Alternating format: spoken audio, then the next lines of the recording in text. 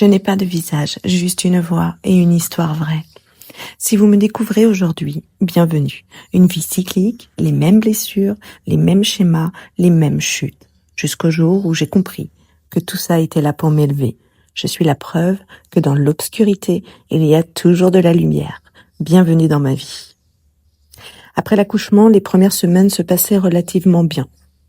Mais il ne faut pas oublier que je sortais de plus de 10 ans de vie complètement en descente. On ne se remet pas de ça en quelques jours.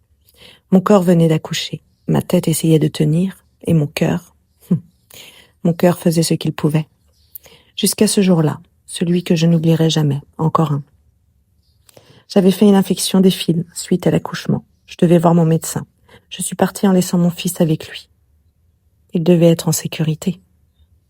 Le rendez-vous a duré plus longtemps que prévu. Le médecin devait enlever tous les fils un par un, à la pince à épiler. Je vous laisse imaginer la douleur physique sur un corps qui venait d'accoucher. En sortant, je me suis aperçue qu'il m'avait appelé plusieurs fois. Je n'avais pas pu répondre. Je suis rentrée. Dans les escaliers, j'entendais mon fils hurler. J'ai couru. En rentrant, une avalanche de mots. Qu'est-ce que tu faisais? Pourquoi tu répondais pas? J'essayais de lui expliquer l'infection, le médecin, la douleur. Ça avait pris plus de temps. Il n'a pas voulu entendre. Il a attrapé mes cheveux. Mon fils était encore sur sa table allongée. Il m'a traîné dans tout le couloir. Mon fils hurlait encore plus fort. Moi aussi. Et quand ça s'était fini, il est retourné voir mon fils. Et il a imité mon cri, celui que je venais de pousser sous la violence. Comme si c'était un jeu. Comme s'il voulait montrer à son fils que c'était normal. Et là, au fond de moi, quelque chose s'est décidé en une fraction de seconde. Mon fils ne vivra pas ça. C'est fini. J'ai attendu qu'il reprenne le travail et j'ai commencé mes démarches en silence, avec la peur au ventre à chaque appel, à chaque message. J'avais peur qu'il voie, qu'il entende, qu'il comprenne. Il m'aurait fait quoi? J'ai appelé une assistante sociale. Je lui ai tout expliqué. Elle m'a dit qu'elle allait me trouver une place en foyer femme-enfant. Foyer femme-enfant.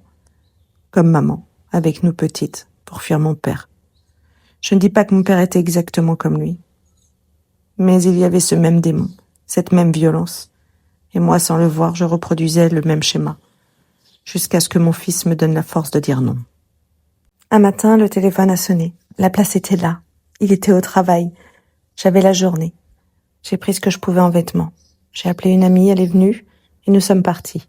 Mon fils et moi, en foyer femme-enfant, sans se retourner. Si vous êtes en train de vivre quelque chose qui ressemble à ça en ce moment, je vais vous dire quelque chose. Pas pour vous juger, pas pour vous donner des leçons. Je suis personne. J'ai juste ma vie à raconter. Juste pour vous dire ce que j'aurais voulu entendre à cette époque. Vous n'êtes pas faible parce que vous êtes encore là. Vous n'êtes pas idiot ou idiote parce que vous l'aimez encore. Et vous n'avez pas à attendre que ça aille encore plus mal pour avoir le droit de partir. Le bon moment pour partir n'existe pas. Il y a juste ce moment où quelque chose en vous dit non. Écoutez cette voix. Elle sait.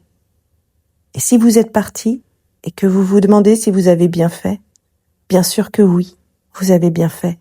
Chaque fois que vous avez essayé de partir, vous avez été fort, forte. Si mon histoire vous touche, abonnez-vous pour ne rien manquer, parce que la suite, elle vaut la peine d'être entendue.